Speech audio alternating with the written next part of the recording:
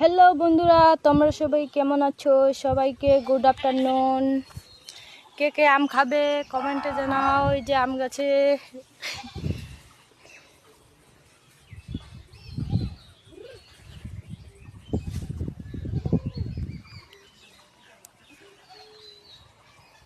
গ্রামের পরিবেশ কিরকম লাগে তোমাদেরকে সবাই একটু কমেন্টে জানাবে।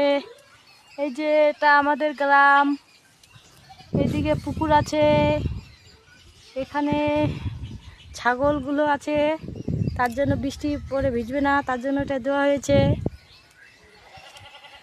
আর এই যে আমি গাছে চড়ে আছি এখন। কে কে ঘুরতে আসবে একটু কমেন্টে জানাবে। আর কে কে আমের ছানা খাবে? গাছে একটাও আম নাই, কে কে আম খাবে কমেন্ট করে